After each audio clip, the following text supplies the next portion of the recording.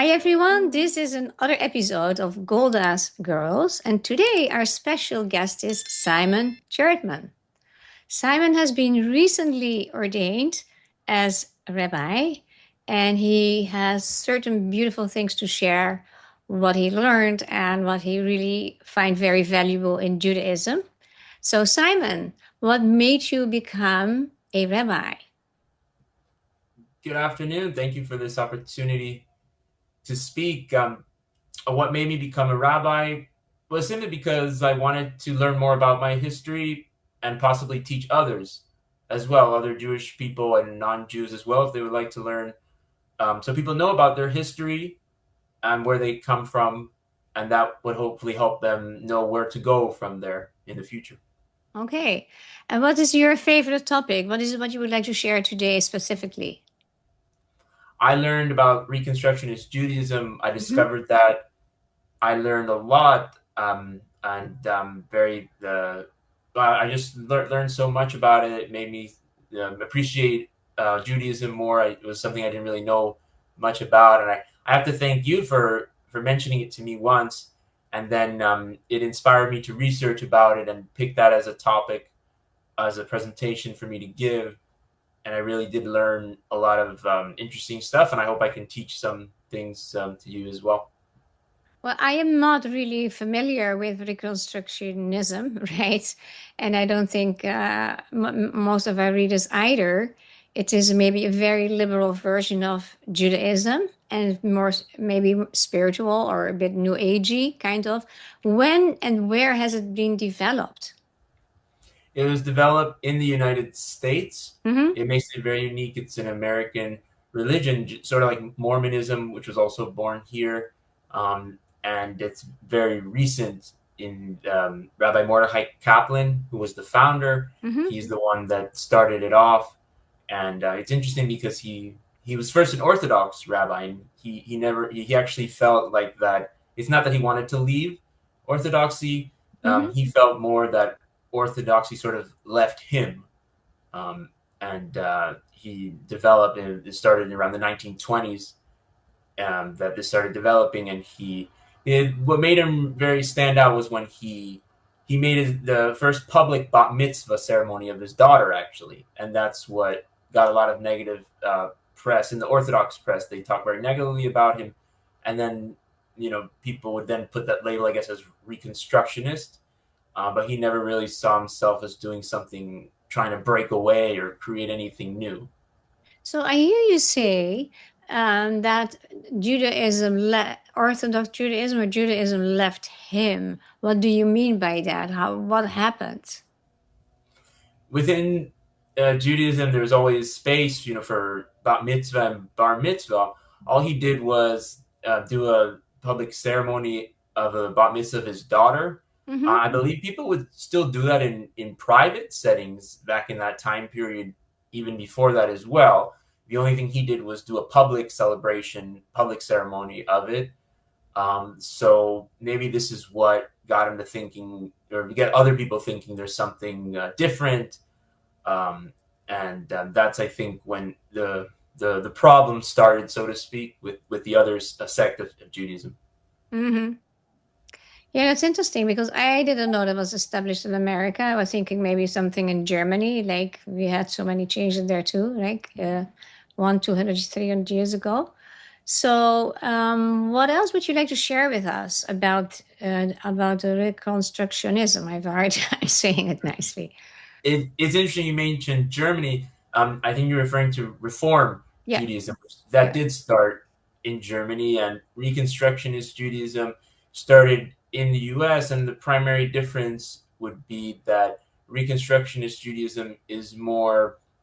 It definitely does include the state of Israel, the culture of Israel. I mean, I know that there are some Reform synagogues that are pro-Israel, but the original Reform Judaism that started in Germany was very much, kind of getting rid of like the whole nation of having our own country. It's like, the state of we're German citizens, and we kind of want to get rid of like the whole part of Israel. But Reconstructionist Judaism wants to include the cultural aspect, and everything else. I mean, I know there are some Reform synagogues that are pro-Israel or that include it, but in the original, I guess, founding documents, that's kind of what separates little differences between them.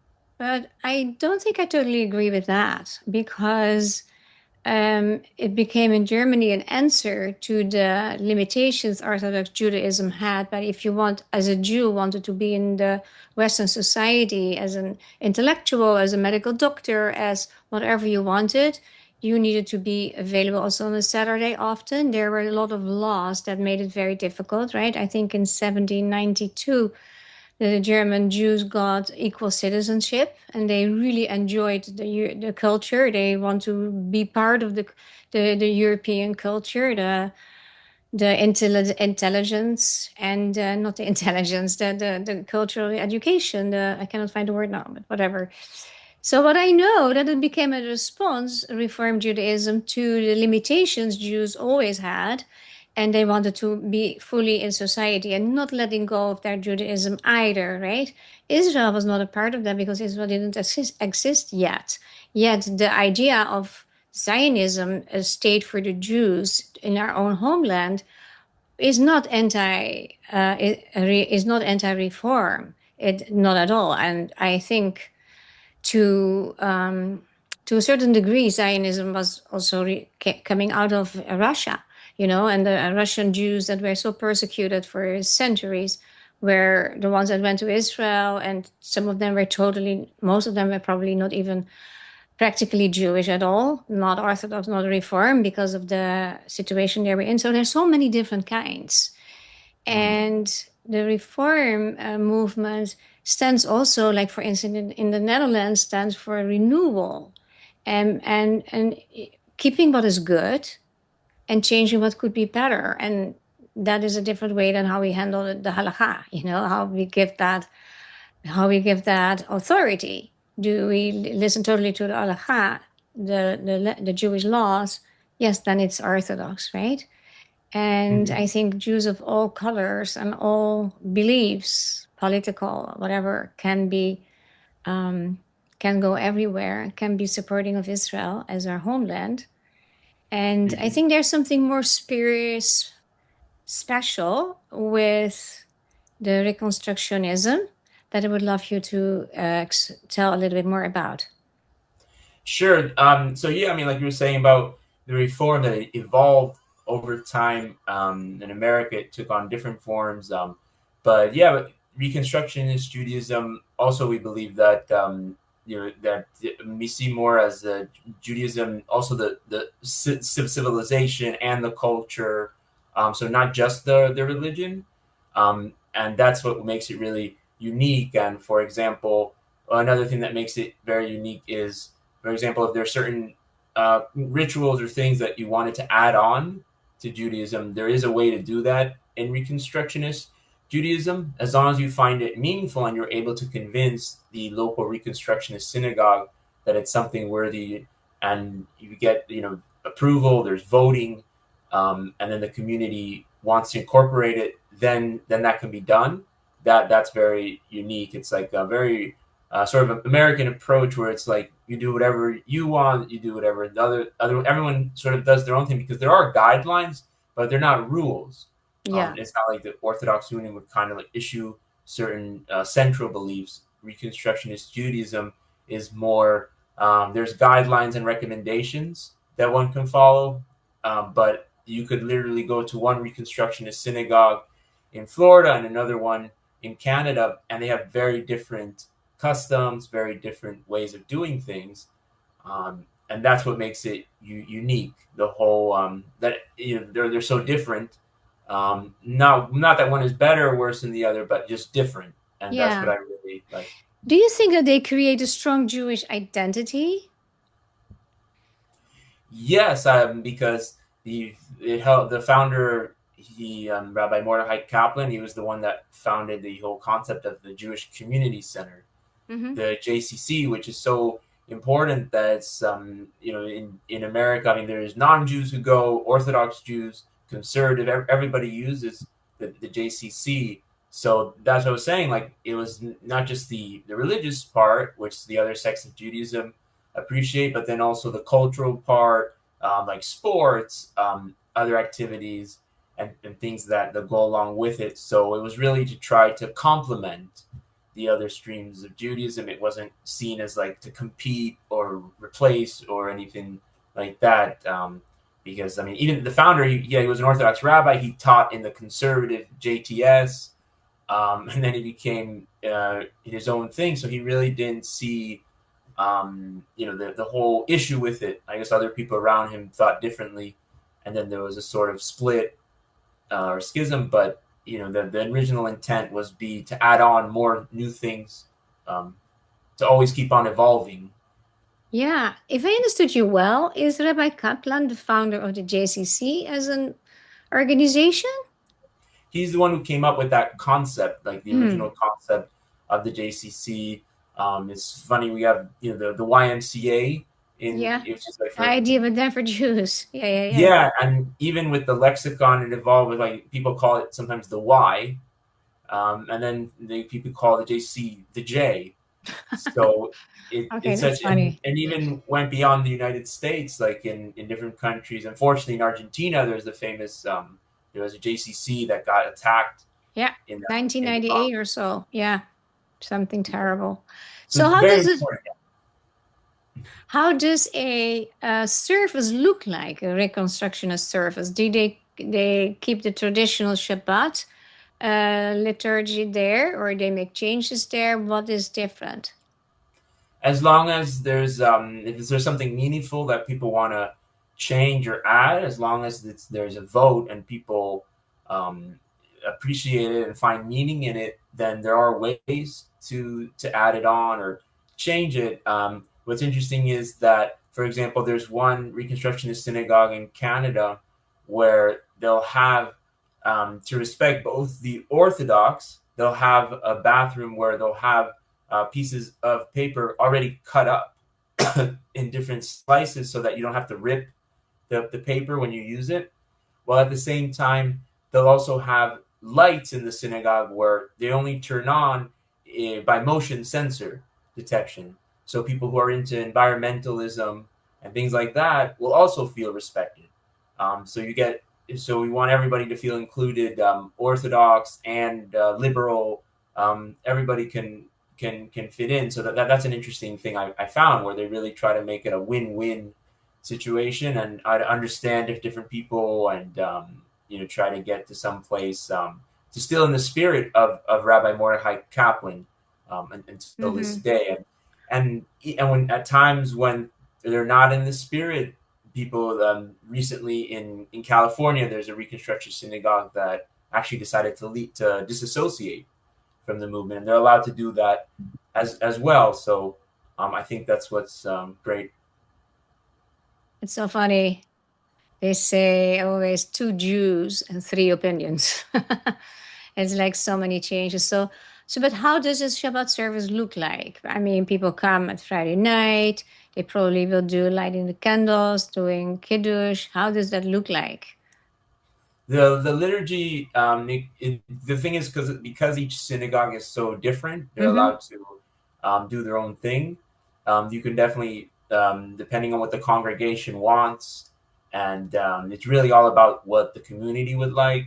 And as long as there's voting, there's a whole process that goes through, then new things that you wouldn't expect in a traditional synagogue can be done. But at the same time, other aspects that you find in a regular synagogue, you could also find in the Reconstructionist synagogue.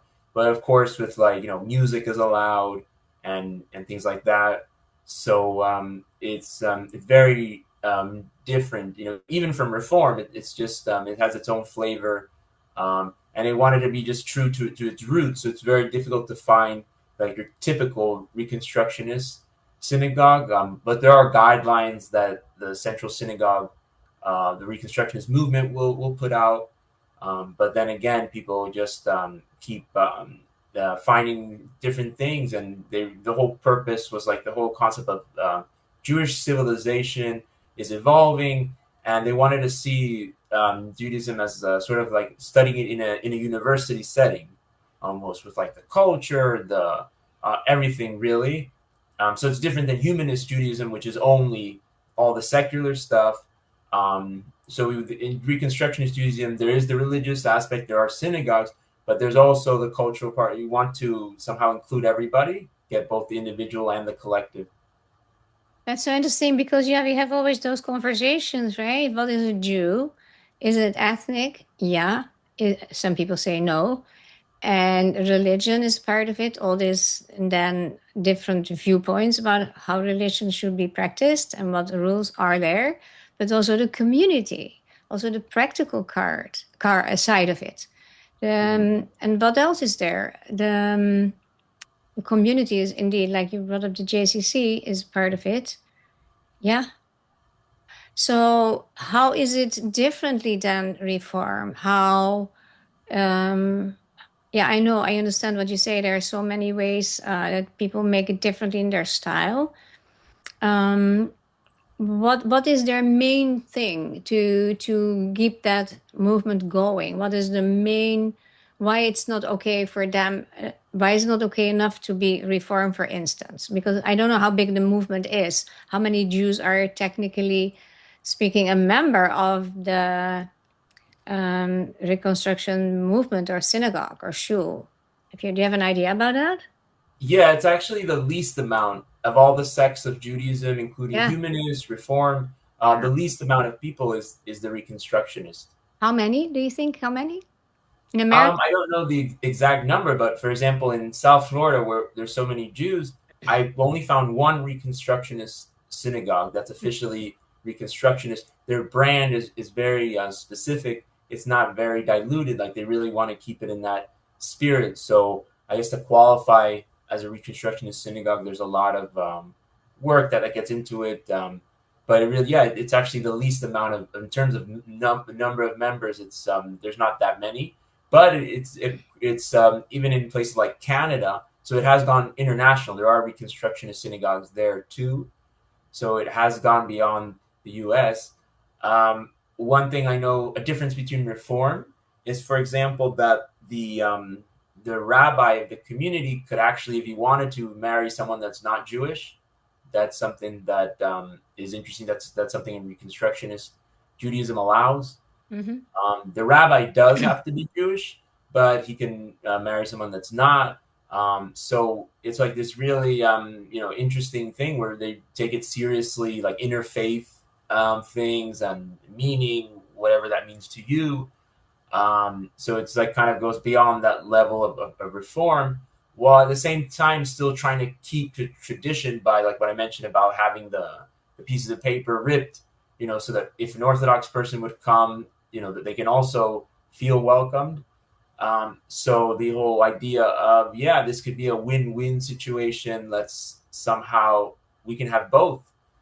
We don't have to It's funny compromise. that you bring up that paper because that is so like so weird for a lot of people. There's so many laws that you're not allowed to do on Shabbat to be really totally relaxing, not working, not creating. And it is beautiful energy because I think it's a gift to the world. What Judaism gave is a day off. Because before Judaism started to develop and exist, nobody had vacation or weekend or whatever. We have given that structure of like totally no work. So why is the paper that you mentioned, toilet paper, is torn? That's seen also as a kind of doing of work. So the day before, many Orthodox Jews will tear their paper or take tissues or whatever. It's important to explain that because not everybody knows that, of course. It's funny that you bring that up. I think people that live so Orthodox will not go in a weekend to, we're not going to Shabbat to an shul like that. What I know about Reconstructionism is that it is in a way more spiritual. I have attended one time or twice in Boca in Florida and years ago when we just came from Europe. And Shabbat session. It was very nice and warm, and it was yeah, people were very friendly, open, welcoming, and singing, and that was just great energy. It is just a different way of how you want to look at the world and what Judaism means to you. And for me personally, I validate a lot of studying that there's so much to learn, there's so much greatness, and there are also things that I think, yeah. Um, that we will not know because it's just too much, right? And how is that for you? How do you see yourself in the future in your rabbinical work? What are your plans? I Well, I did study with the rabbi named Rabbi Baramia through Zoom. He's a rabbi in Israel and Rehovot, and I did get a Jewish energy healing certificate because I'm interested in Kabbalah, and he doesn't like to be called a Kabbalist, but he does teach, some Kabbalah as well as Torah, and he does delve into those subjects and things that a lot of rabbis nowadays don't.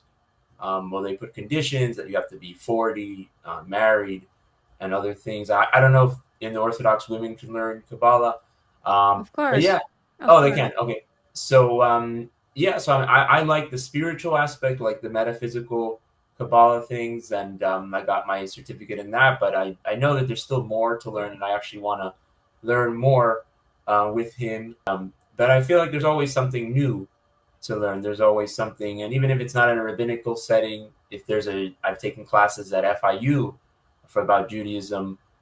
There's always something new to learn about the history, about the culture, and even the language, like the Hebrew language, is something that I have to. I studied for a while when I lived in Israel in a kibbutz, but I have to practice it more. I might have to hang around more with Israelis. So, what do you think yourself? What are you? Because you mentioned a little bit spiritual healing work of this rabbi in Israel. But what do you want to do yourself here in South Florida, in Miami, where you're living? How do you see that yourself going? And what is your next step in that? In addition, what I find interesting is that you come yourself from a kind of orthodox conservative background, right? So you made a huge leap to the other direction. So how do you see that for yourself in the future? What are your goals with what you can do as a rabbi and as a teacher? I would love to teach children about their roots and their history. I Mm-hmm. really love the subject of Nevi'im, the prophets. You made progress, Simon. the I really loved that class because not only because I was the best in my class in that. It's funny, I'm Mm-hmm. best in class in my class, but seriously though, I loved it. I just it's like when prophets would speak truth to power, and there's always like a right way of doing things, and then something there's the king, the politician, and we always try to get to the root of the matter of everything. And I think that's a good way, not just in like teaching that in an academic setting, but I think in life, in politics and every realm, is a good way to get to the truth, get to the honesty, and kind of people who are in power. As long as they can be ethical and do what they need to do, then we can find solutions to all the problems and maybe even prevent problems from happening Yeah, in you like that. You like to find solutions for everybody. That's what I know about you. That's amazing. Well, we are coming now to the end of this interview, and we usually have as a special thing the anti Semite of the week, our choice. So you prepared someone. So tell us more about what is your shocking scumbag of the week. anti-Semite of the week. For me, there's so many, but let me see. The anti-Semite of the week would be um, You had one. yeah, I forgot. That's why I said write it down. Didn't you write it down? I wrote down the hero of the week, Sari Dan. Um, well, could I go up talk about the hero of the week? No, the anti-Semite. Anti-Semite of the week. For me personally, I kind of just don't like the in France the president wants to recognize a Palestinian state because I think it will it rewards terrorism. It's not the way to go. There's like the law of cause and effect. And even Hamas literally just said, this is when they mentioned that this would be recognized, the Palestinian state, they said this is the fruits of October 7th, as soon as he made that announcement. So I think it doesn't serve anybody except for terrorists and people who are not spiritual, in my opinion. Um, So I think that for me is the anti-Semite of the week, which would be Emmanuel Macron, the president of. Yeah, it is. It is a shocking thing because it shows so clearly how Europeans, in general, of course, not all of them, don't understand the situation that the Palestinians do not want to have an own state. They want to get the Jews out, preferably kill them all, and to take everything. They don't want a two-state solution at all. It has been already tried for so many years. It started in 1947, and they always said, no, thank you, with all the tries we had. And then Europeans think, yeah, let me give them their own place, which is a European way of thinking. Give them work, give them bread, give them things, they will be okay. And they totally, totally do not understand the whole philosophy of this way of thinking, that they don't want that. They rather sacrifice their children and their lives for the goal of that. And it are the messages in Islam, and it is now vented everywhere. A lot of people share that openly. They're not hiding it anymore. And then you have those countries coming, yeah, I'll give them a state. Great, more terror, more Hamas, more Hezbollah, right? It's shocking that ignorance, but it's totally the way of Western thinking. But he might be also be limited by having so many Muslims in his country, and they're afraid for getting any fights and horror what could be created. So it's not objective, and it is totally crazy to reward people that do these atrocities, to reward them with, okay, you got more land. They got already Gaza 20 years ago, and this is what they made out of it. Beautiful tunnel system, which is in a way brilliant. It's a brilliant thing what they did with the tunnels, but horrific, right?